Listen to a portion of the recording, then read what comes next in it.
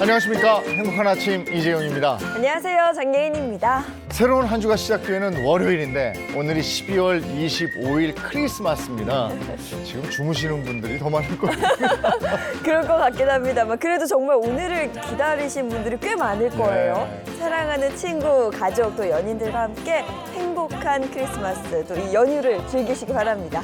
야, 날씨 알아보겠습니다. 날씨 마지원 기상캐스터. 네, 안녕하세요. 마지연입니다. 설레는 화이트 크리스마스가 찾아왔습니다. 지난 2015년 이후로 무려 8년 만인데요.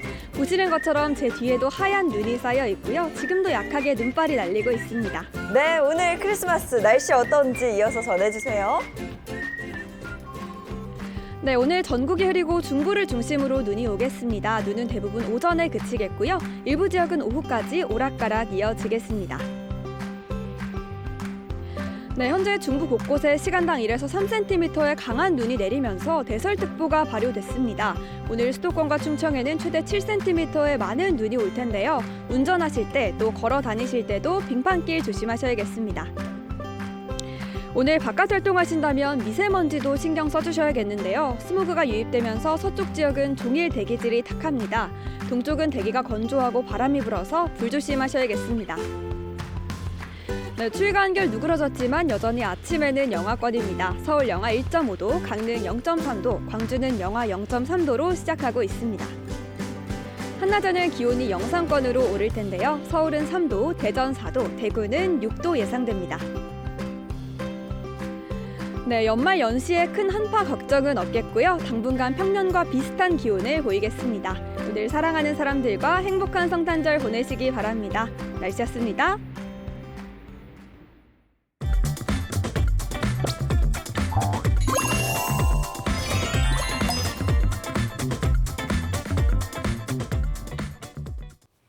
화제 이슈를 발빠르게 전해드리는 모닝 브리핑 순서입니다. 허주연 변호사와 함께합니다. 어서 오세요. 안녕하세요. 네, 첫 번째 이슈부터 전해주시죠. 네, 첫 번째 이슈 목욕탕에서 발생한 감전 사고입니다. 크리스마스인 어제 안타까운 사고가 있었습니다. 세종시의 한 목욕탕에서 감전 현상이 일어나서 70대 여성 입욕객 3명이 숨지는 사건이 발생을 한 건데요. 3명은 이 직후에 이 감전사를 판명이 됐는데 이 중에 2명은 바로 이 병원으로 이송이 됐지만 사망한 것으로 판단이 됐고 1명은 중태에 빠졌지만 결국에는 안타깝게 사망 소식이 전해졌습니다. 네, 너무나도 안타까운 일입니다. 대체 왜 이런 사고가 발생했을까요? 네, 사고가 발생한 건 어제 새벽 5시 37분쯤이었는데요. 세종시 조치원읍의 한 온수탕 내에 있던 입욕객 3명이 갑자기 비명을 지르면서 쓰러졌다라고 합니다. 탈의실에서 이들을 목격한 다른 여성이 119에 바로 신고를 했고 신고를 접수한 지 8분 만에 소방대원들이 현장에 도착했지만 도착 당시 3명 모두 심정지 상태로 발견이 됐습니다. 당시 여탕에는 다른 입욕객들도 있었다고 하는데요. 온수탕에 들어갔던 3명만 변을 당한 것으로 확인이 됐습니다. 경찰은 지금 현장 감식 중이기는 한데요. 온수탕 안으로 전기가 흘러들어가서 감전 사고가 일어난 것으로 보고 있고 더 정확한 사고 원인을 조사를 하기 위해서 소방당국, 한국전기안전공사와 함께 합동 감식을 벌이는 중입니다. 특히 숨진 3명이 주말마다 함께 목욕탕을 다니던 이웃 주민사였던 것으로 알려져서 더 안타까움을 더하고 있습니다. 아니, 어떻게 목욕탕은 우리가 편안하게 가서 이렇게 그 목욕하고 따뜻한 물에 이렇게 들어가 있고 이런 곳인데 그곳에서 이렇게 끔찍한 사고가 일어났습니다. 근데 여기가 한 30년 된 노후된 목욕탕이라면서요. 그래서 어떻게 보면 예견된 사고다 이런 얘기도 나온다면서요. 네, 이 건물 자체가요. 무려 40년 전인 1984년에 지어진 곳이라고 합니다. 오랜 시간 이 동네에서 사랑받은 사랑방 같은 곳이었지만 마을 주민들은 건물이 워낙 낡은 탓에 평소에도 누진이나 화재 등 사고 위험이 있었다 이렇게 지적하는 목소리를 내고 있는데요. 주민들에 따르면 얼마 전에 목욕을 하는데 천장이 무너진 적도 있고 곳곳에 보이는 전기 플러그도 갈 때마다 불안했다라고 합니다. 건물을 새로 지었다면 이런 사고를 막을 수 있지 않았을까 하는 아쉬움이 든다라면서 예견된 사고라는 반응을 보이는 목소리가 많습니다. 그런데 해당 목욕탕은 지난 6월 전기안전공사 안전점검 당시에 별다른 문제가 발견되지 않았다고 하는데요. 세종시에서는 이번 사고를 계기로 지역 내 목욕탕 20곳 정도의 전기 안전을 일제히 점검할 계획이라고 합니다. 네, 정확한 사고 원인 밝혀져야 되겠고요. 밝혀졌으면 철저하게 잘 정리가 돼야 되겠죠. 그리고 네. 요즘에도 이렇게 오래된 목욕탕들 제법 있거든요. 있죠. 네, 점검 한번 싹 해봐야 될 것 같습니다. 아우, 너무나 끔찍한 사고입니다. 다음 이슈 전해주시죠. 네, 두 번째 이슈 크리스마스 케이크 오픈런 대란입니다. 오늘 크리스마스잖아요. 네. 아마 네. 케이크 구매하셨을 수도 있을 것 저 아직 같은데. 안 해놨는데. 하셔야 될 것 같습니다. 지금 오픈런 대란이라고 난립니다. 오. 물론 일부 유명 빵집 얘긴데요. 일부 유명 빵집에 이 영하의 날씨를 뚫고도 케이크를 사기 위해서 몇백 미터씩 줄을 길게 들어서는 현상이 벌어졌다고 합니다. 심지어 이렇게 산 케이크를 몇 배나 비싼 가격에 되파는 사람들까지 나타났다고 합니다. 이게 뭐 백화점 오픈런 이런 건 들어봤는데 케이크 오픈런은 또 처음 들어봅니다. 이게 어떤 케이크길래 이게 어느 정도로 인기가 많은지 좀 궁금해요. 일단 딸기가 굉장히 많이 들어간 케이크예요. 아마 여기 제 뒤에도 이렇게 나오는 것 같은데 네. 요즘에 딸기 케이크라고 해도 딸기 많이 안 넣는데 이렇게 네. 딸기 많이 넣으니까 인기가 많은 것 같습니다. 영하권의 추운 날씨도 이 케이크를 사려는 열기를 이기지 못할 정도였던 걸로 보이는데요. 무려 500m나 줄이 늘어섰다고 합니다. 이게 지난 23일 온라인 커뮤니티에 올라온 게시물로 저렇게 알려지게 된 건데요. 어이구. 대기줄이 인근 건물들을 휘감고 서너 블럭 떨어진 골목까지도 이어질 정도였다고 합니다. 이들 중에는요, 심지어 전날 밤 10시부터 기다리거나 아침 8시 오픈 전에 맞춰가도 2시간째 대기하는 사람들도 있었다고 하는데요. 이 케이크가 그러면 왜 이렇게 인기가 있을까 궁금하실 텐데 바로 가성비 때문이라고 합니다. 요즘 호텔 케이크 딸기 몇 개 넣어놓고 몇십만 원씩 받는 곳들도 있잖아요. 네. 그런데 이 케이크는 딸기가 이렇게 많이 들어갔는데도 불구하고 그래도 좀 합리적인 가격대라고 해요. 그래서 이렇게 인기가 많은 걸로 보입니다. 근데 이 케이크를 무슨 암표 팔듯이 사가지고 되파는 사람이 있다고 아까 그러셨잖아요. 네, 미리 이렇게 가서 케이크를 여러 개를 선점한 다음에 이거를 서너 배 비싼 가격에 되파는 이른바 되파리꾼들도 등장을 했다고 하는데요. 실제로 한 중고거래 사이트에는 오픈런해서 산 케이크입니다라고 하면서 두세 배 비싼 가격으로 케이크를 파는 글이 올라오기도 했다고 합니다. 이런 되팔기꾼들 사실 하루 이틀 일은 아니죠. 이렇게 크리스마스라든가 송년회 또 여름 휴가 시즌 이럴 때 호텔이나 식당 또 유명한 음식점의 음식들을 미리 선점해서 저렇게 여러 개를 구매한 다음에 양도비 명목으로 수십만 원을 더 얹어서 판매하는 식의 행태를 보여서 다수의 선량한 소비자들이 피해를 보고 있는 상황입니다. 네, 쓰지도 않을 거면서 일단 예약권부터 사두고 꼭 필요한 그 소비자들에게 되파는 형식인데 이거 좀 처벌이 안 될까요? 안타깝지만 지금으로서는 이걸 직접적으로 처벌할 수 있는 근거 규정이 마땅하지가 않습니다.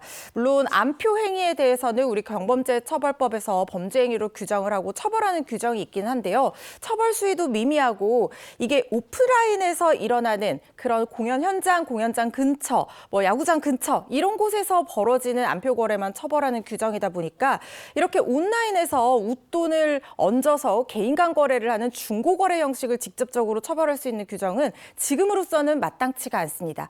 하지만 이렇게 매크로 프로그램 같은 사재기 프로그램들을 악용해서 표를 여러 개 선점하는 경우에는 공연법이 개정이 됐기 때문에 내년부터는 처벌할 수 있는 길이 열릴 것 같습니다. 그러면 케이크도 그 법에 적용을 하는 건가요? 케이크를 몇 개 사다가 웃돈 받고 파는 걸 어떻게 알겠어? 그러니까요. 이게 공연법이어서 공연표에 대해서만 글쎄. 단속할 수 있고 네. 아직까지 케이크를 대파는 것은 이렇게 단속할 수 있는 아유. 근거 규정이 마땅치는 않습니다. 야. 뭔가요? 그럼 케이크법을 또 만들어야 되는 겁니까? 어떻게 돼야 되는 겁니까? 그것도 아닌 것 야, 같고. 그리고 야. 저는 또 케이크 몇십만 원 하는 것도 또 처음 알았습니다.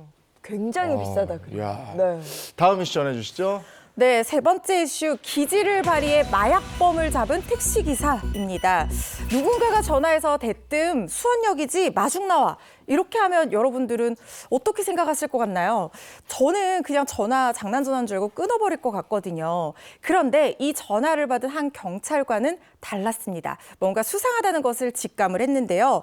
이 엉뚱한 말은 뭐였냐면 마약 사범을 태운 택시기사가 112에 신고하는 전화였고 찰떡같이 알아들은 경찰의 공조를 잘해준 덕분에 최초 신고 16분 만에 마약 사범을 검거한 사건입니다. 야, 그 정말 대단합니다. 수원역이지 마중 나와 어. 라고 했는데 이게 뭔가 위급한 상황, 신고 전화라는 걸 일단 알아차렸고 저는 더 놀라운 게 이 택시 기사분은 어떻게 마약 사범이란 걸 알고 있었는지 이것도 좀 궁금해요. 이게 사건이 발생한 게 지난 21일이었는데요. 한 40대 택시기사 A씨가 승객을 태웠는데 뭔가 이상한 점을 느낀 겁니다. 다세대 주택에서 내린 승객이 잠시만 기다려주세요라고 얘기를 하고 우편함에 가서 물건만 빼서 다시 택시를 탄 겁니다. 그런데 이 택시기사는 평소에 뉴스를 자주 보셨나 봐요. 네. 뉴스에서 이른바 던지기 수법이라고 해서 이렇게 몰래 숨겨놓고 가져가는 이런 수법이 아닌가 의심을 한 겁니다. 그래서 112에 신고를 했는데요. 승객이 같은 차에 타고 있잖아요. 그래서 눈치채지 못하도록 친구에게 전화하는 것처럼 기지를 발휘했는데요. 112에 전화를 건 뒤 대뜸 나 픽업하러 올 거지? 너희 회사 수원역에 있잖아. 이렇게 말을 꺼낸 겁니다. 다행히 신고를 접수한 이준영 경사가 눈치를 챈 겁니다. 이 경사는 A씨가 말한 픽업을 경찰관 출동 요청으로 수원역 앞에 있는 매산 지구대로 이해를 했고요. A씨에게 위급한 상황이 있는지를 응, 아니로 대답해달라고 물었습니다. 기사가 응이라고 대답을 하니까 곧바로 매뉴얼 중 가장 위급 상황을 뜻하는 코드 제로를 발령을 했다고 합니다. 택시 기사의 기지도 대단하지만 이걸 알아들은 그 경찰관도 참 진짜 대단하네요. 정말 대단한 거죠. 네. 진짜 경찰관 아무나 하는 게 아닌 것 그러게요. 같습니다. 두 사람 친구인 척 대화하면서 정보를 더 주고받기도 했습니다. 이 경사가요. 택시 색상을 과일색에 비유해달라. 범인이 입고 있는 옷 색상을 날씨에 비유해달라. 이렇게 대화를 이끌어 나갔고요. 차가 정차하기 전에 비상등을 켜달라라는 얘기도 했습니다. 이후에 택시기사가 또 이 경사의 말대로 지구대로 이동을 했고 미리 대기하고 있던 경찰관들이 현장에서 이 마약 사범을 검거를 한 건데요. 범인 중국 국적의 30대 마약 사범이 맞았다고 합니다. 당시에 필로폰 무려 0.6g을 소지를 하고 있었는데 택시기사의 예상대로 던지기 방식으로 마약을 수령했다 이렇게 실토를 했다고 하는데요. 범인 검거에 도움을 준 이 기지를 발휘한 택시기사 감사장과 함께 신고포상금 수령받게 될 것 같습니다. 야. 예. 아니 지금 영화의 한 부분을 본 것 같아요. 그러니까요. 택시 기사의 그 기지, 경찰관의 그 판단력. 이야, 야 멋진데. 멋집니다. 네. 오, 대단해요. 아니, 오늘 아주 멋진 소식까지. 예, 오늘 모닝 브리핑 여기까지 하겠습니다. 허지연 변호사와 함께했습니다. 고맙습니다. 고맙습니다.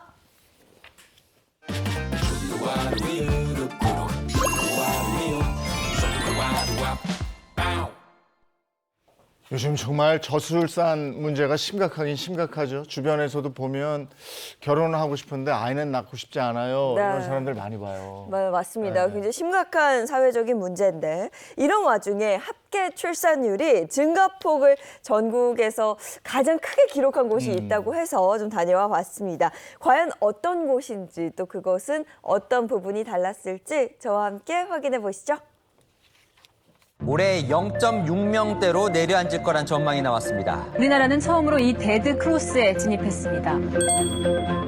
저출산 문제, 뉴스에서 안 들어본 분 없으실 텐데요. 특히 올해는 합계 출산율이 역대 최저치를 기록했습니다. 그런데 출생아 수 증가율이 1위를 차지한 곳이 있다는데요. 바로 충청북도입니다. 과연 그 비결이 무엇일지 함께 파헤쳐 볼까요?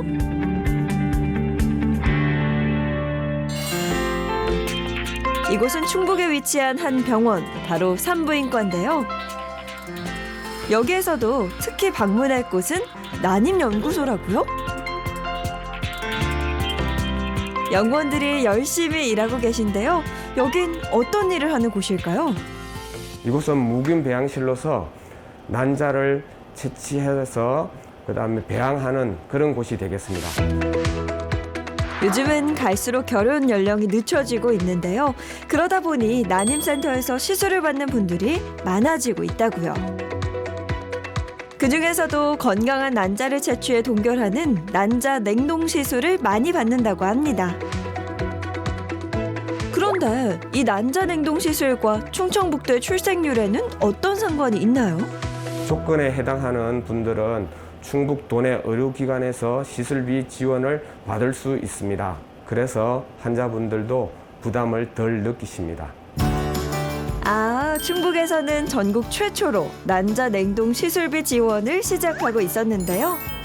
이뿐 아니라 냉동 난자 사용 보조생식술 지원 등의 정책도 펼치고 있다네요.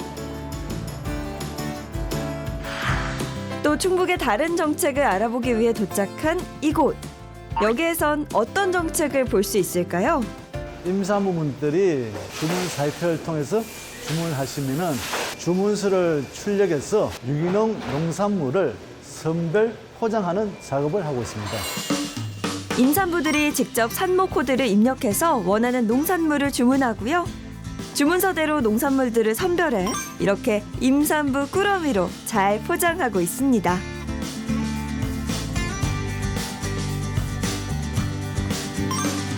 특히 친환경 농산물을 임산부들에게 지원하고 있다는데요. 이 정도면 안심하고 드실 수 있겠어요. 지금까지 살펴본 것 외에도 인구 증가를 위해 충청북도에선 이렇게나 많은 정책들을 하나하나 시행해 가고 있다는데요. 그 다양한 정책들을 더 자세히 알려줄 분을 만나러 왔습니다. 함께 가볼까요?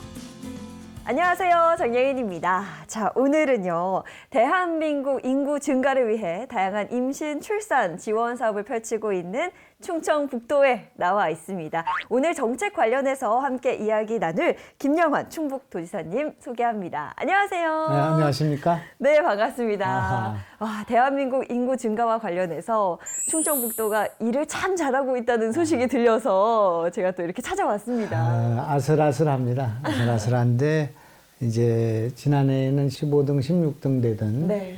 출생률이 지금 3위로 출생 증가율은 1위로 올라가서 네. 지금 여기만 인구가 늘고 있는 상황이기 때문에 우리도 어리둥절하고 더 늘려야 될 텐데 하는 그런 초조한 마음 갖고 있습니다. 네, 제가 알기로는 특히 뭐 출생률 제고, 인구 증가에도 각별한 관심을 가지고 계시다고 들었습니다. 충청북도라는 이 지금 대한민국의 중심에서 이걸 극복하고 이런 방식으로 극복하면 된다는 롤 모델을 하나 만들어 봐야겠다 이렇게 생각하고 있고, 그러나 이걸 좀 더 넓히기 위한 과감한 노력이라고 할까, 정책이 더 개발돼야 된다 그렇게 생각하고 있습니다. 네, 지금도 상당히 많은 관련된 뭐 정책 지원 사업을 펼치고 계신 걸로 알고 있는데요. 과연 어떤 임신 출산 지원 사업을 펼치고 계신지 하나하나 좀 판넬을 통해 살펴보도록 하겠습니다.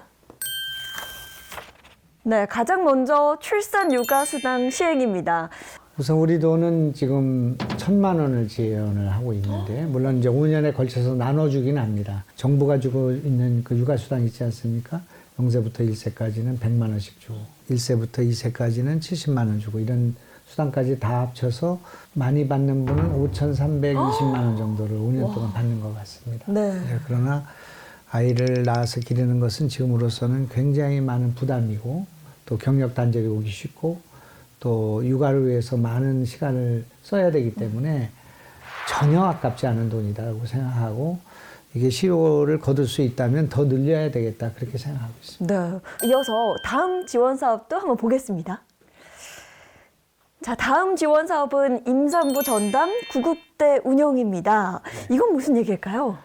우선 우리 지역은 이제 넓기 때문에 대도시도 있지만 네. 뭐 괴산, 보은, 단양 뭐 이런 먼 곳에서 임산부가 병원을 가려고 할 때 우리 119에 등록을 해놓으면 병원에 갈 때 119가 실어다 드리고, 또 거기서 진료를 마치면 집으로 모셔다 드리는 그런 그 임산부 전담 구급대를 운영하고 있는데 좋은 반응인 것 같습니다. 충청북도가 일 참 잘한다라고 소문이 날 만하네요. 자, 그럼 이어서 다음 지원 사업도 한번 보겠습니다. 다음은 임산부 우대 창구 운영입니다. 이건 어떤 어떤 정책일까요? 우선은 임산부들을 존중하는 거, 어머니들을 우리가 우대하는 거, 또 아이들을 우리가 아끼는 문화를 만들어야 된다고 생각합니다. 그래서 그것이 뭐 꼭 돈의 문제가 아니라 그분들한테 무료로 통과할 수 있도록, 또 무료로 입장할 수 있도록, 빨리 주차할 수 있도록, 또 이런 여러 가지 편의를 제공할 수 있는 것들을 다양하게 만들어서 그것이 실제로 얼마나 경제적으로 도움이 되느냐보다는 우리 도의 분위기가 모든 도민들이 아이들의 천국이라고 할까, 어머니들의 천국을 만들어야만이 아이들을 많이 낳을 수 있다고 생각하기 때문에 그걸 위해서 더 노력해야겠다 생각합니다. 자, 마지막으로 지원 사업과 관련해서 혹시 해주고 싶은 이야기가 있을까요? 지금 우리가 한 7, 8개월 사이에 우리가 1등을 하고 있지만 언제 이것이 내려갈지 모르는 상황이고 네. 또 새로운 정책을 발굴해서 좀 더 과감한 정책을 펴야 된다고 생각하거든요. 그래서 지금 다음 단계의 여러 가지 정책들을 좀 모색하고 구상하고 있습니다. 네, 뭐 인구 감소, 위기 정말 심각하다는 얘기는 참 많이 들었었는데요.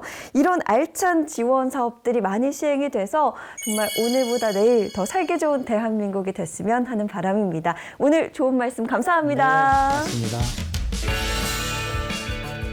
저출산이란 위기를 해결하기 위해 실효성 있는 정책들로 활기찬 미래를 만들어 갔으면 합니다.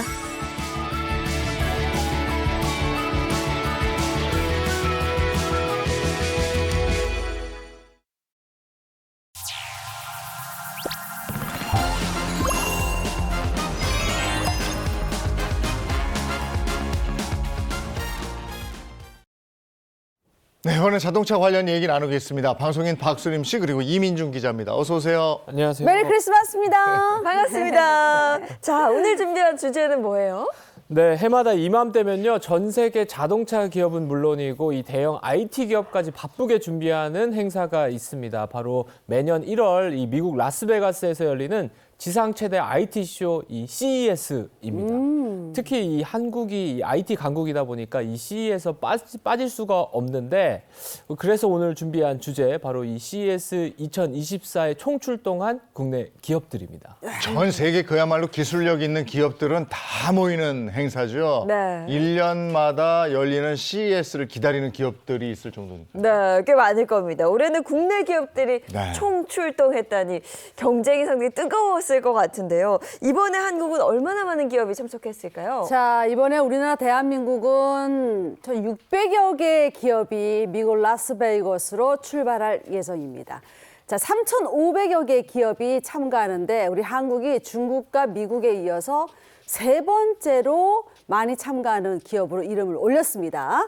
자, 이번에는 기분 좋은 수상 소식도 들려오고 있는데 자, 미국 소비자기술협회는요. 매년 뛰어난 제품과 기술을 선정해서 혁신상을 수여하고 행사보다 앞서서 발표를 합니다. 자, 이번 CES에서 혁신상을 받은 한국 기업이 총 143개로 전체의 무려 46%의 비중을 차지했습니다. 야, 거의 절반이네요. 네. 이렇게 공신력 높은 상을 우리 한국 기업이 휩쓸었다. 정말 기분 좋은 소식입니다.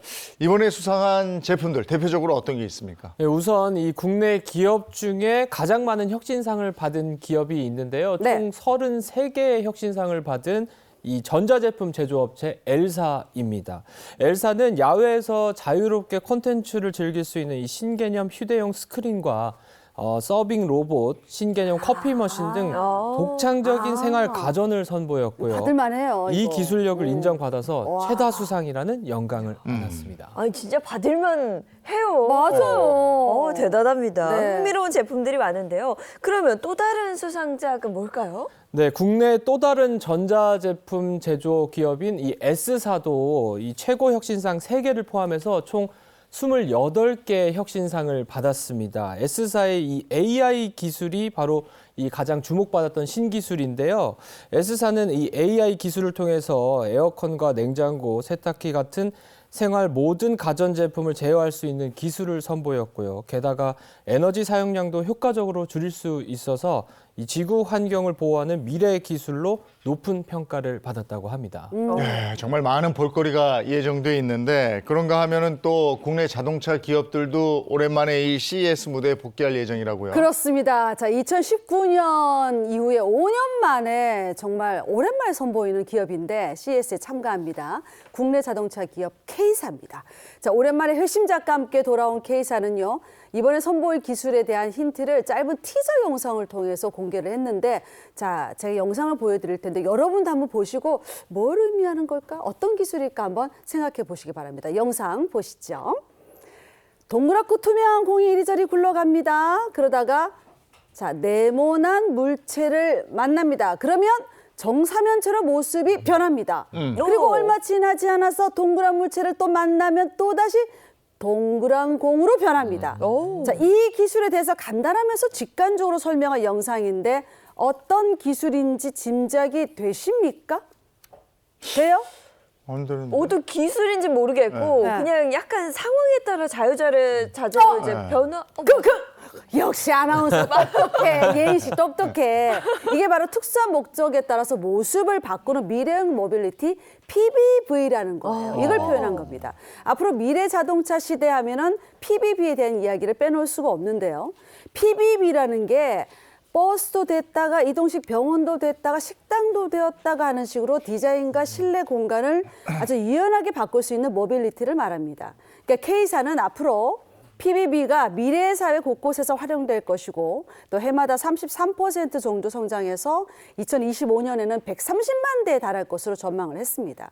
이번 CES에서는요, PBV의 단계별 이 로드맵과 사업 전략을 최초로 공개할 예정이라고 합니다. 네, 5년 만에 컴백하는 거거든요. 네. 5년 만에 돌아오는 만큼 그동안 갈고 닦은 기술을 유감없이 선보이겠다 이런 의지가 좀 느껴집니다. 그리고 여기뿐이 아니고 또 다른 자동차 기업도 참여한다면서요? 네, 그렇습니다. 또 다른 자동차 기업인 이 H사도요, 2년 만에 CES에 등장할 예정입니다. 이번에 선보일 핵심 기술은 바로 청정 수소 에너지와 이 소프트웨어 중심의 대전환인데요. H사는 미래의 무한한 수소 에너지를 통해서 에너지 불평등 문제를 해소할 수 있을 것으로 기대하며 이 수소 사회로 더 빨리 전환할 수 있는 종합 솔루션을 공개할 계획이라고 합니다. 또 사람과 모빌리티, 도시를 연결해서 최적화된 생태계를 구축하는 소프트웨어 전략과 미래 변화상도 이번 행사에서 보실 수 있을 것 같습니다. 네, 그리고 전 세계가 관심을 가지고 있는 기술이죠. 어렸을 때 제가 그림으로 참 많이 그렸었는데 하늘을 나는 자동차, 그 실물도 이번 전시회를 통해서 볼 수 있다고요. 그렇습니다. H사의 미국 UAM 법인 S사가 CES에 참가 의사를 밝혔습니다. 자, S사는요, 2028년에 상용화를 목표로 개발하는 하늘나는 자동차 UAM의 디자인을 공개하고 그럼 실제 크기의 기체도 전시할 예정입니다. 그러면서 지난 20일에는요, 최초로 공개할 신형 UAM 그 기체의 티저 이미지를 짧게 선보여서 궁금증을 자아내기도 했습니다. 하늘을 나는 자동차. 정말 어떻게 생겼는지 궁금하잖아요. 네. 이거 많이들 보러 가실 것 같은데요. 날개만 달았을 때. 네, 맞습니다. 그래서 이 S사도 만발의 준비를 네. 했다고 합니다. 이 외부에 별도의 전시장을 마련하고요. 또 관람객들이 실제로 UAM을 이용한 것과 같은 체험을 할 수 있도록 조성할 계획이라고 합니다. 이번 CES에서 미래 항공 모빌리티 생태계가 어떻게 구축될지도 이 구체적인 전략도 들으실 수 있을 것 같습니다. 이처럼 많은 국내 기업이 활약할 이 CES 2024는요, 내년 1월 9일부터 14일까지 이 나흘간 진행이 되고요. 각 기업들의 이 동영상 플랫폼을 통해서 생중계된다고 하니까 관심 있게 지켜보시면 좋을 것 같습니다. 네, 오늘 이 시간을 통해서 사실 예고편만 살짝 본 건데도 네. 정말 기대가 됩니다. 1월에 본격적으로 장막에 올랐을 때 그때는 또 어떤 신기술들이 우리의 눈길을 끌지 후속 취재도 해보도록 하겠습니다. 공상 과학 영화 한 편 꼭 맞아, 본 것 맞아. 같아요. 네. 네. 자동차 관련 소식은 여기까지 하고요. 이번엔 우리 주변에서 일어나는 사건 사고를 법의 관점으로 풀어봅니다. 그 법이 알고 싶다.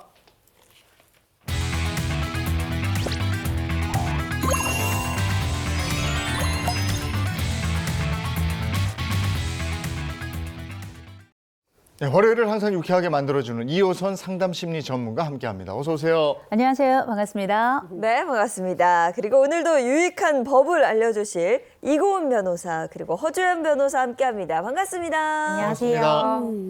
이민중 기자가 오늘도 또 흥미로운 사건 준비하셨다면서요? 네, 그렇습니다. 그 법이 알고 싶다. 오늘의 주제는요, 이 헤어졌어도 남편을 사랑했어요. 어느 종갓집 며느리의 고백입니다. 헤어지면 보통 끝난 건데. 그렇죠. 헤어져도 사랑했다니. 이게 뭔가 사연이 있어 보이는데요? 자, 눈물 없이는 볼 수 없다. 자, 한 부부의 절실한 그 가슴 절절한 그런 이야기인데요. 자, 꽁트로 준비했습니다. 부부 역할은 이재용님과 저랑 하고 국세청 직원 역할은 장예인 씨가 하겠습니다. 이 사연 실화를 바탕으로 재구성했습니다. 사연 속으로 고고! 병원에서 살 날이 얼마 남지 않았다는 시한부 선고를 받은 후에 머릿속에 제일 먼저 떠오른 사람은 바로 제 아내였습니다. 젊어선 종갓집 며느리로 고생하고 늙어선 병든 남편 간호하느라 허리가 휘는 불쌍한 우리 아내.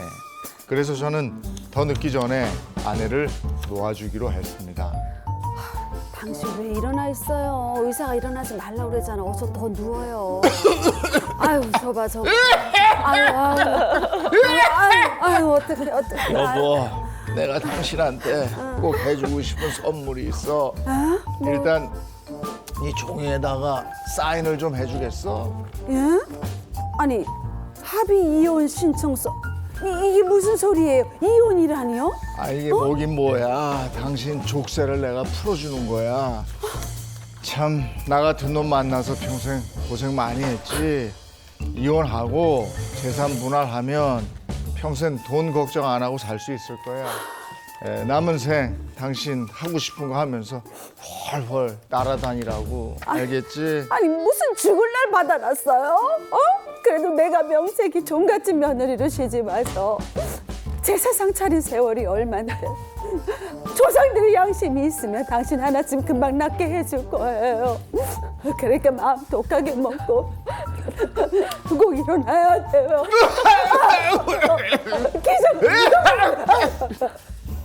그러나 아무리 거절해도 남편은 고집을 꺾지 않았고 저희는 일단 이혼 도장을 찍었습니다. 그러나 병든 남편을 어떻게 혼자 둘 수 있겠습니까? 전 매일같이 남편을 간호했고 그렇게 남편은 제 품에서 편안히 눈을 감았습니다. 그런데 뜻밖의 일이 생기고 말았습니다. 국세청에서 제가 위장 이혼했다고 연락이 온 겁니다. 띠르르. 국세청입니다. 박수림 씨.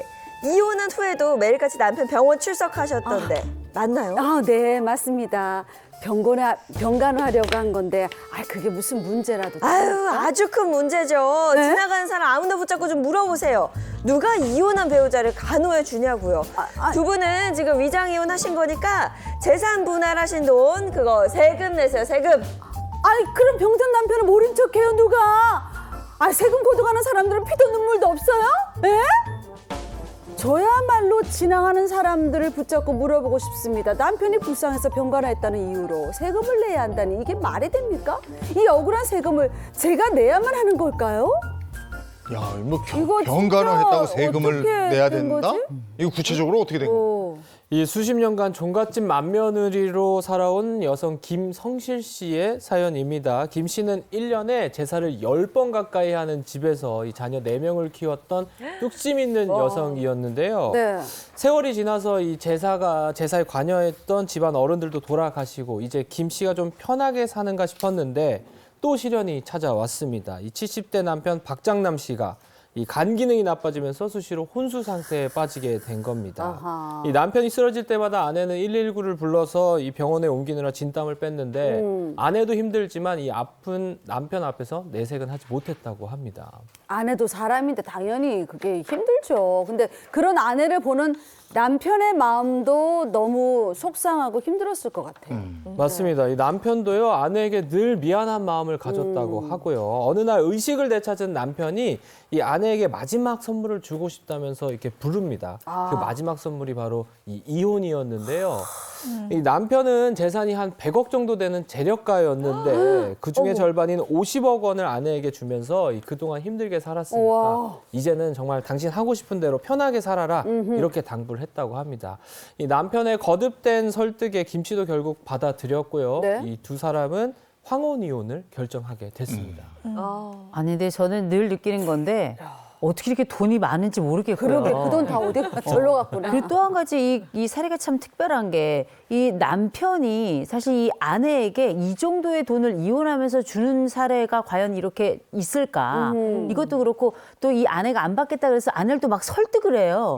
야, 이게 참 특별한 사례이긴 한데 일단 그래도 이 부부가 어쨌든지 간에 이혼을 해서 안타깝긴 합니다만 참 이 사례가 우리에게 보여주는 여러 생각할 부분들이 많지 않나 그래 싶습니다. 맞아 그런 것 같아요. 네. 근데 저는 한 가지 궁금한 게 있어요. 뭐 복권에 당첨돼도 3분의 1은 세금으로 그쵸. 나가게 돼 있잖아요.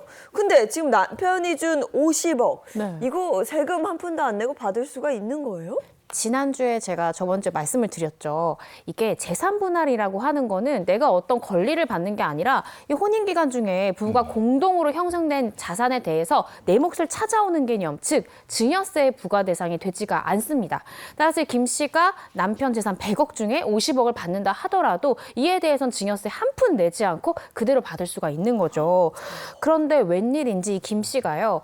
50억 원이나 이 마음씨도 따뜻하고 이렇게 호의적으로 50억을 줬는데 마음이 편치가 않았다고 합니다. 왜냐하면 이 남편이 김 씨와 이혼한 뒤에 시름시름 점점 더 병세가 악화됐다라는 소식이 들려왔기 때문입니다. 그런 소식 듣게 되면 이혼을 했지만 전 아내지만 그래도 마음이 편치 않아서 그래서 병원을 다시 달려가서 간병을 하게 된 거예요?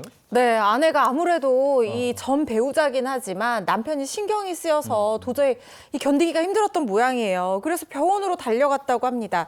하루빨리 전 남편의 건강이 회복되기를 바라면서 정말 병원에 매일같이 가서 정말 지극정성으로 간호를 했다고 하는데 하늘이 무심하게도 남편이 그만 이 병세를 이겨내지 못하고 사망을 하게 된 거예요. 참 안타까운 상황이 된 건데 이 아내가 정말 큰 고통과 상실감을 같이 겪었다고 합니다. 그런데요, 엎친 데 덮친 격으로 시리에 빠진 이 아내에게 이번에는 국세청에서 연락이 온 겁니다. 남편이 사망한 지 무려 1년 6개월이나 지나서 남편과 위장이혼을 한 거 아니냐, 재산 분할한 거 아니냐, 그러면 50억 원. 그거는 재산 분할이 아니다. 이 배우자한테 증여한 거 아니냐. 배우자 증여재산 공제 6억 원을 뺀 나머지 44억 원에 대해서 네. 증여세를 내야 된다. 그래서 17억가량 세금을 내라. 이런 연락이 오게 된 겁니다. 갑자기 세금 17억을 내야 된다. 자, 설마 아내가 남편을 간호해서 이렇게 세금을 내야 되는 거 설마 아니죠? 설마가 사람을 잡습니다. 와. 맞습니다. 그 이유 때문에 증여세가 부과된 건데 국세청에서 어떻게 봤냐면 아내에 대해서 이 증여세 17억을 회피하기 위해서 일부러 가짜로 위장이혼한 거 아니냐 이렇게 의심을 했는데 당시에 국세청이 두 가지의 근거를 댔습니다. 첫 번째는 이 아파트 경비원의 목격담이었는데요.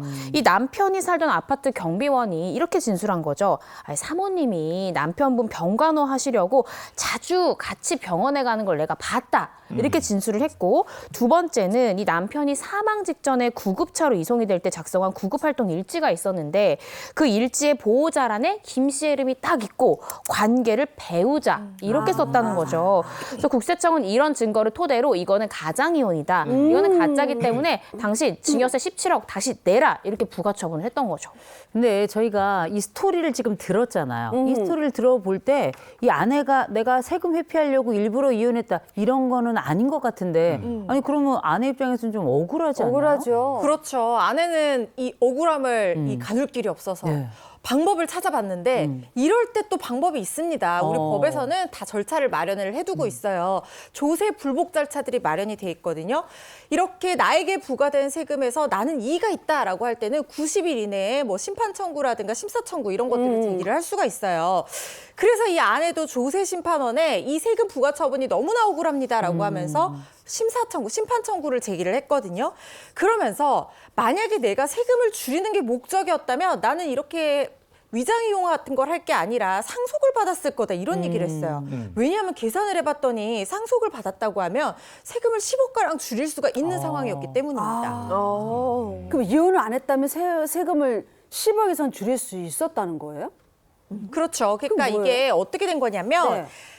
배우자 같은 경우에는 재산 형성 과정에서 이 기여를 한 부분이 있잖아요. 만약에 재산 분할할 때는 세금을 안 매기는데 상속을 받을 때는 다 그대로 상속을 매긴다라고 하면은 이 배우자 입장에 상당히 좀 형평에 맞지도 않고 억울한 부분이 있을 겁니다. 그래서 배우자 상속 공제를 통해서 다양하게 세제 혜택을 주고 있는데요. 최소 5억 원에서 최대 30억까지 세금을 공제를 받을 수가 있어요. 이게 물론 실제 상속받은 분 그 상속 비율대로 받은 금액을 기준으로 해서 계산을 해야 되지만 일단 우리가 좀 계산이 복잡하기 때문에 변수들을 빼고 그냥 단순 계산만 해서 50억을 실제로 상속을 받았다고 가정을 해보면요. 여기서 배우자 공제 최대 30억 원에 일괄 공제까지 또 중복해서 받을 수가 있거든요. 그렇게 되면 최대 35억까지 공제를 받을 수가 있고요. 그러면은 과세 표준이 50억 원에서 35억을 뺀 나머지 15억 원으로 잡히게 됩니다. 이 부분에 대해서 상속세율을 적용해서 세금을 계산을 하게 되면 총 4억 4천 가량의 이 상속세를 내야 된다는 결론이 나오거든요. 그러니까 그냥 단순 계산만 해봐도 증여세보다 최대 10억 원 가까이 세금을 줄일 수 있다는 결론이 나오니까 아내 입장에서는 내가 세금을 줄이기 위해서라면 굳이 이런 불필요한 절차를 밟을 필요가 없었다. 이렇게 주장을 한 겁니다. 아, 진짜 듣고 보니 그렇네요. 이혼하지 않고 있었으면 세금을 줄일 수 있었던 거거든요. 심판원도 이거 고민이 컸을 텐데 결과가 어떻게 됐습니까? 세금을 냈습니까? 안 냈습니까? 이 조세 심판원도요. 심판원들끼리 합동 회의를 거쳐서 고심에 거듭했다고 합니다. 왜냐하면 사연이 딱하잖아요. 그래서 결국의 결론은 이 김 씨, 아내 김 씨의 주장이 옳다. 그래서 국세청이 걷어간 17억 원 다시 김 씨에게 돌려줘라. 이런 결론을 내렸습니다. 왜 그렇게 받냐 살펴보면은 일단 심판원은 이혼 후에 이 김 씨가 남편이 딱해서 남편이 몇 차례 이 병고안을 갖다라 하더라도 그렇다 하더라도 사실혼 관계가 계속 지속됐다라고 보기는 어렵다. 그 병가도 간 것만으로는 이렇게 봤는데요. 왜냐하면 이 혼인 관계가 성립을 하려면 양자 간에 주관적으로 혼인할 의사가 있어야 되고 객관적으로도 어떤 결혼 생활의 실체가 있어야 되는 거죠. 그런데 실제로도 따로 살았고 병간호만 갔을 뿐이잖아요. 이걸 봤을 때는 사실혼 관계, 혼인 관계라고 인정할 수는 없다. 그냥 남편이 아파서 병간호만 갔던 것이다. 이렇게 봤습니다. 또 특히나 심판원은 이 아내 김 씨 뭐 1년에 10번이요? 이렇게 막 제사를 챙기고 종갓집 만면으로 열심히 살았잖아요. 그래서 평생 고된 삶을 살았기 때문에 이혼을 선택할 수밖에 없는 처지였던 점도 있기 때문에 종합적으로 고려하면 양자가 협의를 해서 이혼한 것이 맞다. 따라서 증여세 이렇게 회피 목적은 아니다. 이렇게 심판원은 판단을 했습니다. 아니 법이 웬일이래요? 이렇게 오는 사람도 있고. 아니 이게 만면일로 살았던 지점에 대해서 이렇게 살펴주는 거 저는 또 법에 또 이런 지점이 있는지도 몰랐네요. 그렇지. 법에도 눈물이 있다라는 얘기를 우리가 많이 하잖아요. 그러니까 우리 법은 이렇게 무조건 뭐 냉정하게만 물론 냉정하게 판단해야 되겠지만 정의와 공평에 부합하는 판단을 또 해주기도 합니다. 사실 이 아내에게 세금을 증여세를 부과를 하려고 하면 사실혼 관계가 쭉 유지된다는 전제하에 오로지 세금을 회피하기 위한 목적으로만 위장이혼을 했다. 이게 성립이 돼야 되는데 이 사연을 들어봤더니 우리 모두가 공감한 것처럼 이 아내가 종갓집 며느리로 너무나 고생을 해왔기 때문에 사실은 여기서 속박에서 벗어나고 싶었던 그걸 이유로 이혼을 택했던 어쩔 수 없었던 사정이 있었다는 게 그게 바로 실질적인 상황이라는 거를 법에서도 이해를 하게 된 거예요. 당시 실제 심판 결정문을 보면 심판원이 이런 말을 남겼습니다. 종갓집 맏며느리로 이렇게 집안의 대소사를 챙겨왔던 청구인이 모든 속박에서 해방되고 여생이라도 좀 자유롭게 지내기 위해서 결국에는 황혼이혼을 선택했다는 주장이 그동안 겪었을 서름이나 아픔을 고려했을 때 나름대로 설득력이 있다라고 판단을 한 거예요. 조세의 실질주의에 따라서 실질적인 상황에 맞는 판단이 내렸다 이렇게 보시면 될 것 같습니다. 진짜 억울한 오해를 풀어서 다행이다 이런 생각이 드는데 진짜 세금 회피하는 사람들이 오죽 많으면 국세청에서 이렇게 의심을 할까 하는 생각이 들어요. 실제로 이 세금 때문에 위장 이혼하는 사람들이 많아요? 많습니다. 특히 다주택자분들이 일부러 이제 서류상 이혼, 그러니까 실제 이혼이 아니에요. 혼인 생활을 유지하고 있지만 서류상으로 하는 게 이제 위장 이혼, 가장 이혼이라고 하는데 1세대 1주택 이 비과세를 만들기 위해서 일부러 서류상 이혼하는 경우 굉장히 많고 이때는 국세청에서도 꼼수라고 봅니다. 그래서 예를 들어서 영희와 철수가 이제 이혼을 하면서 철수가 가지고 있던 재산 예를 들어 100억이에요. 근데 영희한테 90억을 재산 분할로 줬다.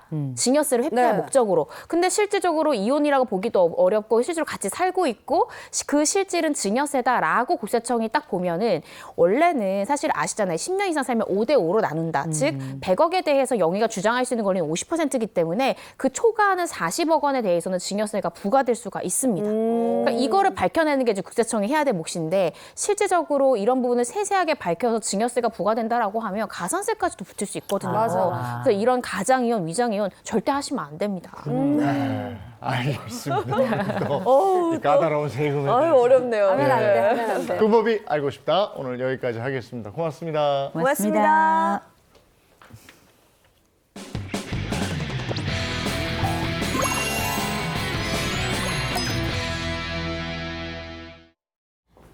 자, 라떼는 말이야. 오늘의 주제는요. 1년 중 크리스마스 이브를 손꼽아 기다린 이유. 야간 통행 금지가 있던 그 시절입니다.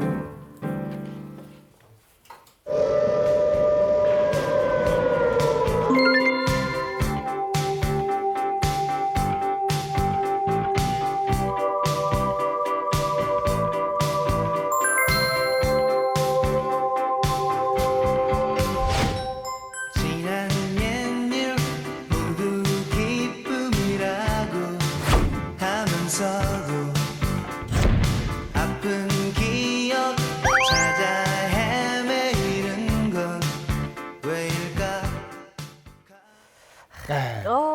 지금 화면이 나가는 동안에도 이 소리. 야간 통행 금지. 이게 무슨 소리예요? 민방위 소리인 줄 알았죠? 어. 그 예전에 이제 한 40여 년 전에는 매일 밤마다 이 소리가 나는 거예요. 추억의 소리예요. 예. 두 분은 들어보신 적 없으실 텐데 네. 이호선 전문가하고 저는 들어봤어요. 네, 왜 우리 기억이 어릴 때 나죠? 왜 알겠죠? 근데 이게 삐 소리만 나는 게 아니라 같이 나는 소리가 있죠. 호루라기 소리. 맞아. 이거 엄청나게 났었는데 이거 뭐 자정 딱 넘는다, 12시 딱 넘는다 그러면 엥 소리가 이게 이 불자동차하고는 또 달라요. 이렇게 굉장히 길게 납니다. 엥 하고 한참 나고 그다음에 이제 잡으러 다니는 소리 호루룩 하는 소리 나면 이제 난리가 나는 거죠. 아유, 제가 이걸 어떻게 알죠? 아유, 아니, 참. 소리만 들어도 바로 그냥 이거 하시면서 다 하시는데요. 저는 어렸을 때 많이 들었기 때문에 그냥 이게 자장가구나 생각했었어요. 자장가. 야간 통행 금지를 알리는 그런 사이렌 소리. 통금이라고도 야통이라고도 하는데 밤 11시쯤 되면 막차 놓친 사람들이 택시 잡으려고 아저씨 따따물 막 이렇게 외치는 소리가 또 난리가 나죠. 그러면 야간 통행 금지면 그때는 이제 새벽까지 술 먹는 건 사실 좀 상상도 못할 일이죠. 아니 여는 집도 없고요. 열만 안 그렇지 돼요. 예전에는 어리지도 않았었지. 야간 통행 금지가 제가 듣기로는 역사가 꽤 길다고 들었는데 맞나요? 자, 지금부터 잘 말씀드릴 테니 우리가 현대사를 한번 살펴보시면 좋을 것 같습니다. 좋아요. 일단 통금의 역사가 언제부터 시작되었는가? 광복 직후 1945년부터입니다. 이때부터 시작이 됐는데 처음에는 서울하고 인천 지역에서 그 시간대가 언제였지 아세요? 오후 8시부터 다음 날 오전 5시까지. 제가 볼 때는 뭐 거의 반낮, 그러니까 하루 중에 절반 정도가 밤을 끼고 절반 정도가 이 통행 금지령이 발표가 됐었는데 나중에는 이게 전국으로 퍼져가면서 이 통금 시간대가 우리가 많이 들었던 12시부터 새벽 4시까지 이렇게 거의 자리를 잡았다라고 보시면 될 것 같고요.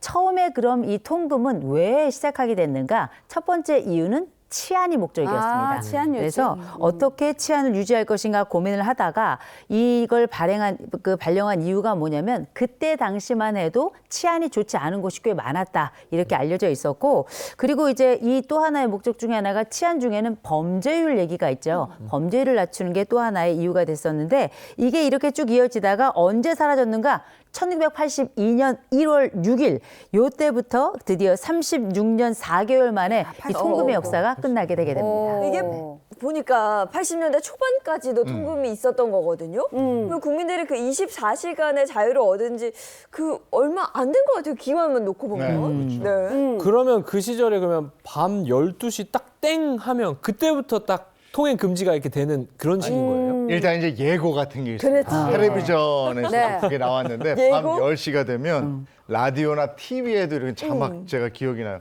청소년 여러분 밤이 깊었습니다. 집으로 돌아가실 시간입니다. 맞아, 그랬어요. 그리고 이때 이제 지금은 상상도 못하죠. 네. 친구들하고 술 한잔 하다가도 밤 11시가 넘어가면 술집에서 짠짠짠 짠짠짠 헤어져요. 그 클럽에서 많이 불렀는데. 나이트 클럽에서 맞아. 이제 집에 가라 뭐 이런 얘기예요. 그리고 네. 12시 자정이 되면 맹 아까 들었던 사이렌 소리 나고 그다음에 안 간 사람이 있으면 호루라기 불고 또 바리케이트 지금 맞아, 나오죠? 바리케이트 치고 대단해. 2인 1조 반봉대원이 돌아다니면서 지금 있을 수 차량마다 없지. 검문하고 막 이랬었죠. 아유, 무서워요 이렇게 그치. 보니까. 근데 오늘이 이제 크리스마스잖아요. 그 시절에는 야간 통행 금지 때문에 이날이 오기를 또 그렇게 손꼽아 기다렸다면서요? 정말 귀한 날이죠. 크리스마스 이브에는 연말에 대한 그 설레임, 뭐 크리스마스에 대한 설레임 이런 것도 있는데다가 야간 통행 금지 네. 이게 풀렸잖아요. 풀렸어. 이게 안 풀렸으면 산타 할아버지가 오질 못 못해요. 오죠. 통행금지 때문에. 이날만 풀린 이날은 거예요? 풀어주는 오. 거예요. 그러니까 그냥 아이들하고 명동거리 그때는 그렇게 사람 북적거리고 밤 12시 지나서 아무것도 안 해도 좋아. 그냥 거리를 활보할 수 있다는 자체가 너무너무 좋아요. 예. 그러면 1년 중에 이 크리스마스 이브 이때만 이 통행 금지가 풀렸다고 봐야 되는 거예요? 아, 그건 아니죠. 일단 이제 크리스마스 이브에 이게 없었으면 저도 교회에서 새벽송을 못했을 거예요. 엄청 집집마다 돌아다니면서 노래 들으며 나중에 과자 얻어오고 뭐 이런 게 있었는데 이날만 그랬던 게 아니라 1년 중 3일 있었습니다. 그 첫 번째 날이 크리스마스 이브이고요. 두 번째가 석가탄신일. 예, 그리고 세 번째가 12월 31일 새해였는데 이렇게 생각해 보면 이제 두 분의 생일하고 그다음에 새해가 펼쳐질 때 이렇게 3일인 건데 이때 통금이 해제가 되면 밤거리는 뭐 난리가 나는 겁니다. 그렇죠. 그때 아니면 밖에 못 나가니까. 그리고 이때 여전히 우리에게 알려진 이 기쁨의 소식은 우리 집에서만 있는 게 아니고 거리에만 있는 게 아니라 여관이 난리였다는 거 아닙니까? 그때 연인들이 어떻게든 그냥 아주 그래 아름다운 밤을 만들어 가려고 그렇게 여관들을 찾다 보니까 바가지 요금도 그때 굉장히 성행을 했고요. 네. 그리고 이때 그 청춘들이 24일, 12월 24일에 여관에서 뭐 했겠습니까? 아유. 그죠? 또 다양한 사랑의 밤을 펼쳤을 텐데 네. 그래서 일명 크리스마스 연말 베이비가 이때 생겨나고 그 다음에 9월이 되면 그렇게 애들이 태어나는 그렇죠. 있었다는 거 아닙니까? 예, 예. 그렇군요. 네, 1년 중에 딱 3일만 이 야간 통행 금지가 풀리는 거죠. 그러니까 야간 통행이 가능했다는 건데 그러면 방송은 어떻게 했을까요? 그 심야하는 프로그램도 많았죠. 그렇죠. 그때는 연예인들이 허가받은 방송국 차를 얻어 타고 집에 가야 했습니다. 그리고 연예인들이 그 통금에 관해서 웃지 못할 이야기가 있는데 1971년에는요. 이 가수의 노래가 발표하자마자 금지곡이 됐습니다. 어떤 가수의 어떤 노래였는지 들어보시죠. 음악 주세요.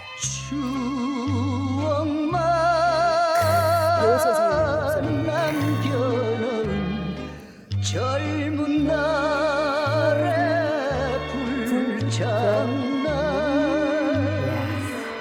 이 부분 하이라이트.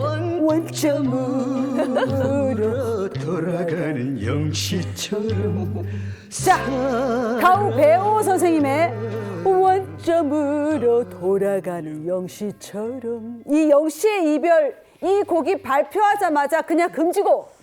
이게 연인들이 왜 12시 0시에 헤어져야 됐냐. 이거 통금 위반이다. 이래서 바로 금지곡이 됐습니다. 발표하자마자. 통금 위반이어서 금지곡이 된다. 뭐 저나 이민준 기자는 정말 상상할 수조차 없는 그런 이야기입니다. 11시엔 헤어져야지. 그래야 집에 가지. 영시는 안 된다 이거죠. 그렇죠. 야, 무려 36년간 이 땅에 살았던 야간 통행 금지. 그 가운데는 우리가 알지 못했던 놀라운 비화들도 숨겨져 있는데요. 그 가운데 하나하나 알아볼 텐데. 네. 이호선 교수님이 첫 번째 준비하셨죠? 네, 우리 첫 번째 이 비화에 대해서 제가 말씀을 드릴 텐데 아마 기억하시는 분들 상당히 많을 텐데 자, 지금부터 우리가 12시면 모두가 집에 돌아가야 하지만 돌아가지 않아도 되는 몇몇 극소수의 사람들이 있었습니다. 자, 지금부터 퀴즈 나갑니다. 자, 야간 통행 금지가 있었던 시절에 이 사람들은 예외적으로 밤에도 돌아다닐 수 있었다. 이 네모 안에 들어갈 이 사람들은 누구일까요? 누구일까요? 경찰. 군인, 그렇죠. 경찰. 뭐 경찰, 군인, 공무원. 아, 이렇게 뻔한 경비하는 답이면 절대 퀴즈가 안 나갔겠죠. 아, 그래요? 상상도 못할 답인데 제가 이건 바로 답을 드리는 게 좋을 것 같습니다. 누구지? 누구냐? 과학자는 밤에도 돌아다닐 과학자? 수 있었다. 과학자가 밤에 돌아다닐 수 있다고. 네. 실험해야 무슨 되나? 관찰자도 아니고 보다는 뭐 과학자? 정부 요원, 네. 뭐 중앙정보부 이런 그렇죠. 의외예요. 약간 그런 느낌인데 그때 당시 심야거리를 유유히 활보하고 다닐 수 있었던 이 특권을 가지고 있는 몇몇 사람들이 있었는데 네. 그중에는 이제 예를 말씀하셨던 대로 언론인도 있었고 그다음에 수사기관의 정보원도 있었고 이런 네. 층도 있었고 이런 통행할 수 있도록 다니도록 일종의 야간 통행증을 줬는데요. 이거야말로 특권 중에 특권이죠. 그랬는데 우리가 옛날에 이 특권을 이를테면 조선시대 같으면 뭐라고 했을까요? 마패. 마패. 근데 이게 기본증. 모든 관문을 다 통과할 수 있을 만한 엄청난 권력이라고 봐야 될 것 같고 이게 박정희 정권 시절에 발생할 때 무슨 일이 있었냐면 이 박 대통령께서 과학기술에 그렇게 관심이 많으셨다 그래요. 그러면서 대한민국의 한국과학기술연구원 간부에게도 야간 통행증을 발급을 했는데 이때 말 그대로 이게 특권 중에 특권이기 때문에 과학자들 중에 내가 이걸 가지고 있다? 이건 뭐 권력 중에 권력인 겁니다. 난리였겠죠. 그러나 요거 믿고 과학을 한 게 아니라 술을 주로 드셨다는 분들도 계시고요.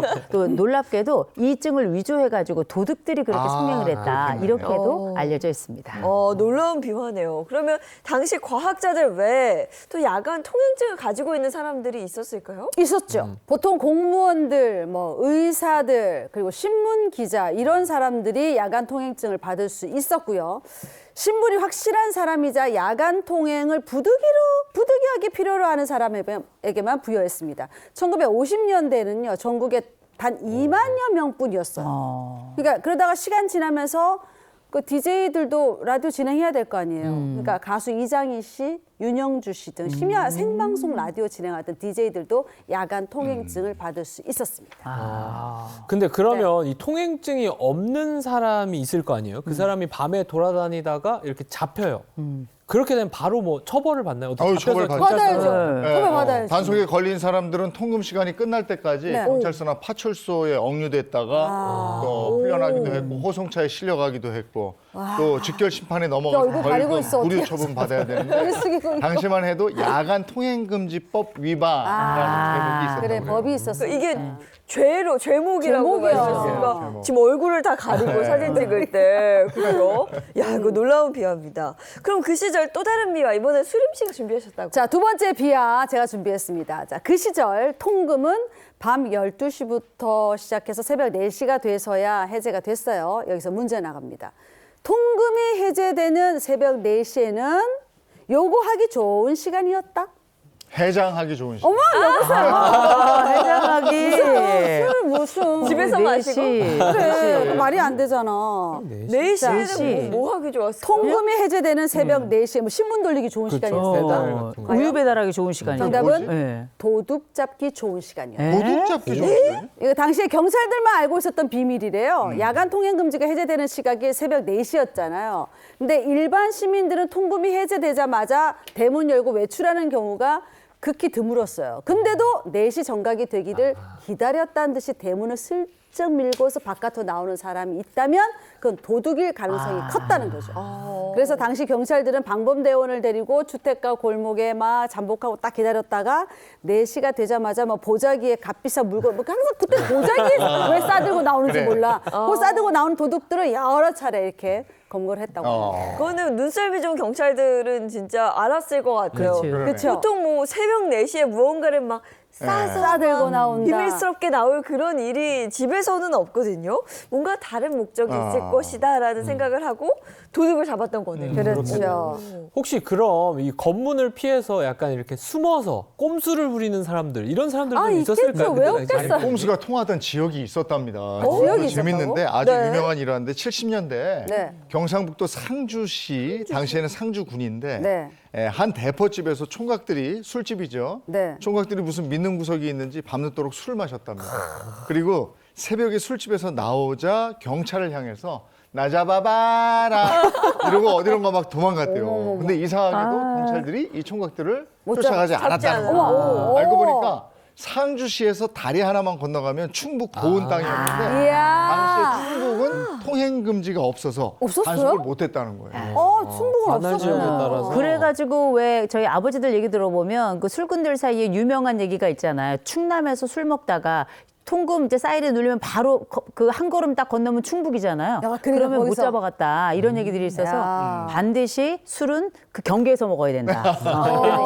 근데 이게 가능하다는 게 저는 더 놀라워요. 그쵸? 전국적으로 그런 게 아니라 충북은 그럼 통금이 없었다는 거예요? 그러니까 시대에 따라 달라지기도 했어요. 하지만 지역별로 통금을 풀어준 곳도 있었다고 합니다.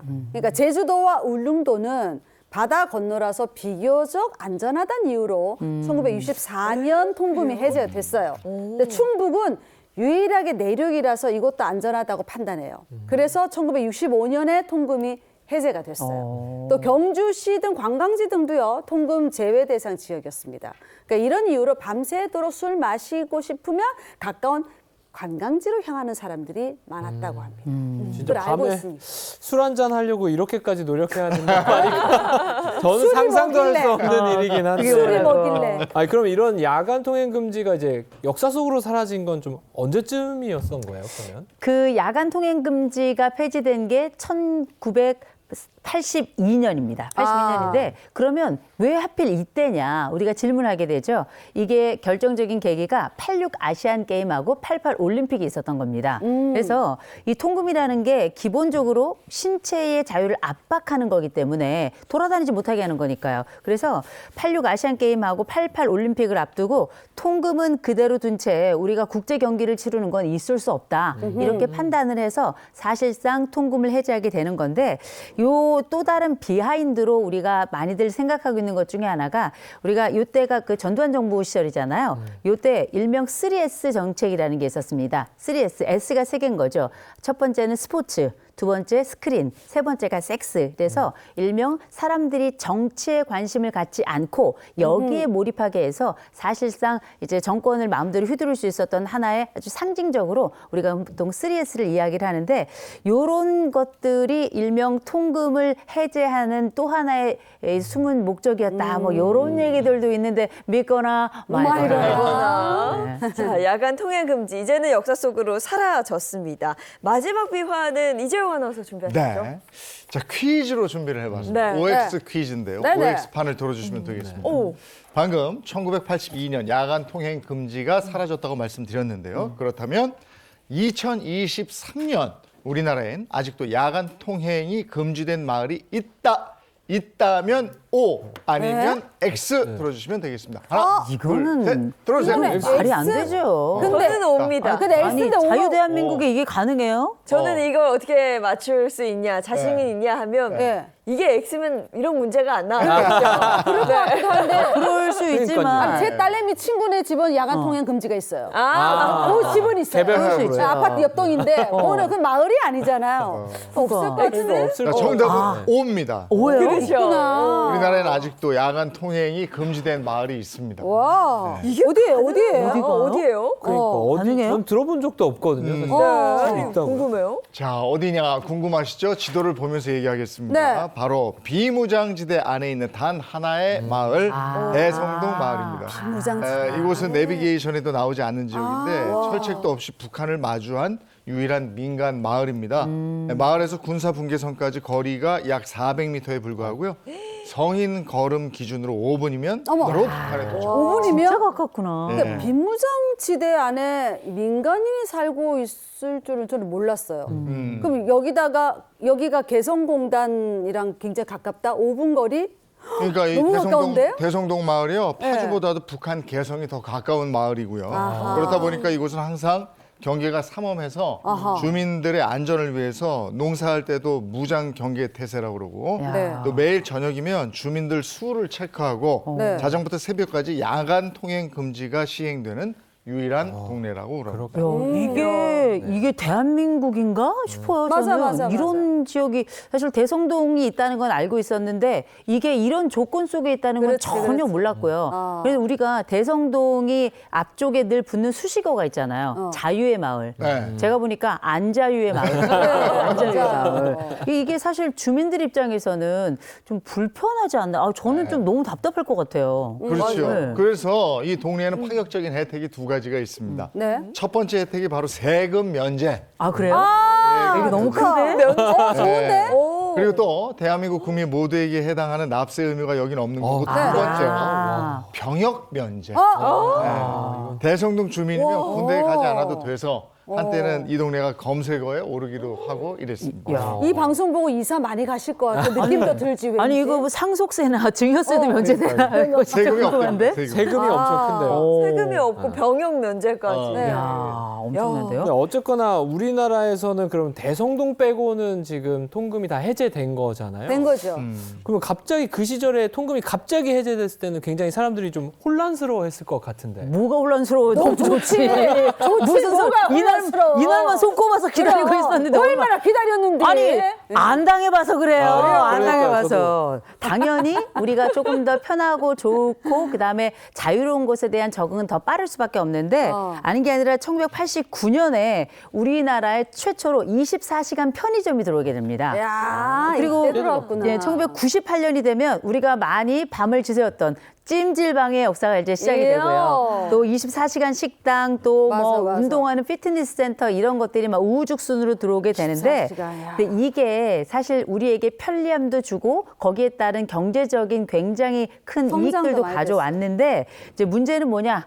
또 다른 측면도 있었죠. 우리 밤새 영업하는 것 중엔 디스코텍 있죠. 야. 나이트클럽 있죠. 카바레 있죠. 이런 이제 음성적으로 여러 문제가 됐던 이 장소들도 동시에 24시간 영업이 진행하게 되고요. 말 그대로 우리가 많이 들었던 퇴폐향락 문화라는 거 있죠. 이런 것들이 활기를 띠기 시작했던 단점도 있었는데 하여튼 여하간에 제가 볼 때 이 야간 통행 금지 요 해제라는 게 저는 최초 먼저 국민의 기본권 확보하고 자율권 확보하는데 저는 굉장히 기여했다고 생각을 합니다. 저는 그 당시가 너무 궁금해요. 1982년 1월 6일 0시.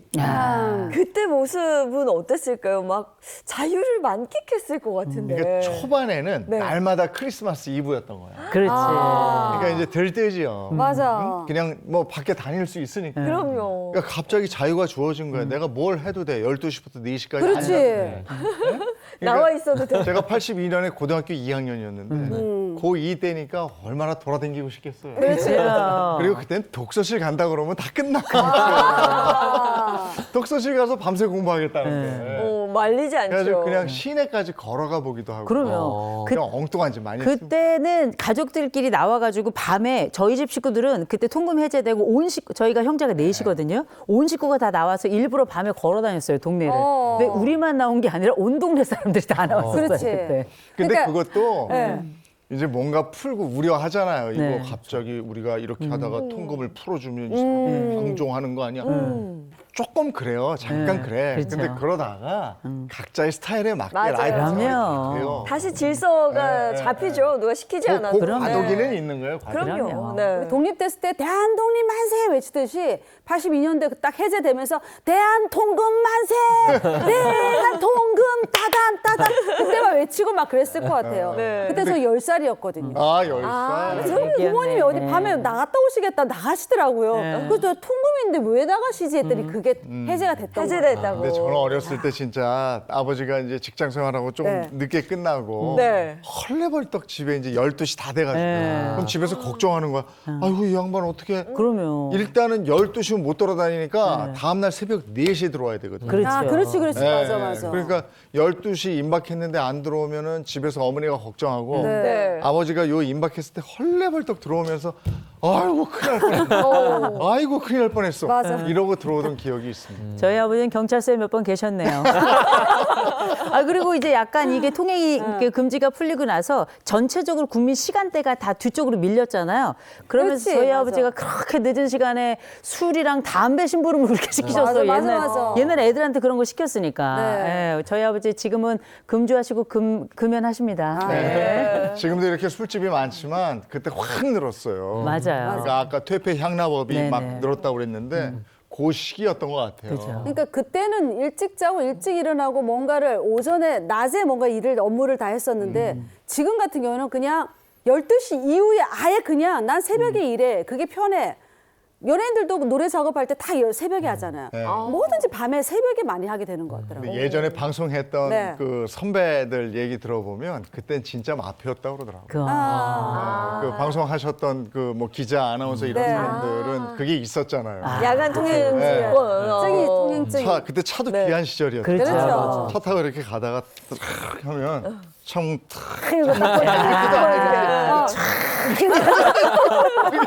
돌려야 돼. 이게 딱 보여주고. 그래서 딱 보여주고 야. 고맙습니다. 이야. 그랬다고 그리고 다시 올리고. 네. 진짜 마패네, 마패. 이것도 모를 거야. 모르죠? 옛날에 이거 어렸을 때 알죠? 봤거든. 맨날 어렸을 때. 예, 아이고 오늘 라떼는 말이야 또 야간 통행 금지에 대한 얘기 해봤습니다. 고맙습니다. 고맙습니다. 자, 진짜.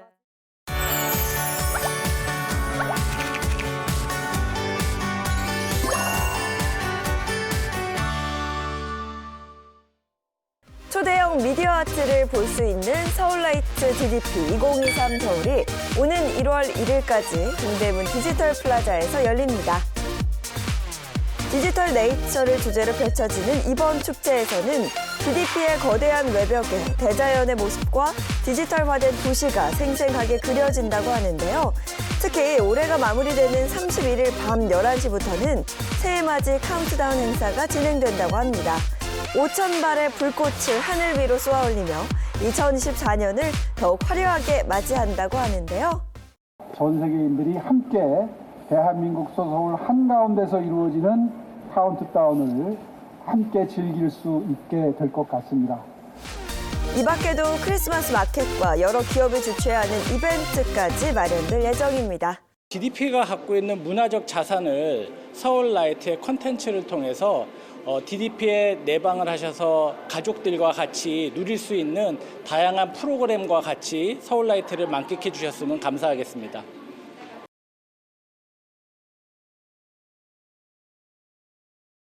네, 오늘 크리스마스 날입니다. 네. 편안하게 가족과 함께하면 참 좋겠어요. 네, 오늘 가족들과 함께 또 사랑하는 사람들과 함께 따뜻한 크리스마스 한 달 보내셨으면 좋겠습니다. 저희는 내일 아침 7시 30분에 돌아올게요. 행복한 아침, 행복한 크리스마스 보내십시오. 고맙습니다. 고맙습니다. Say hello to friends you know and everyone you meet. 채널 A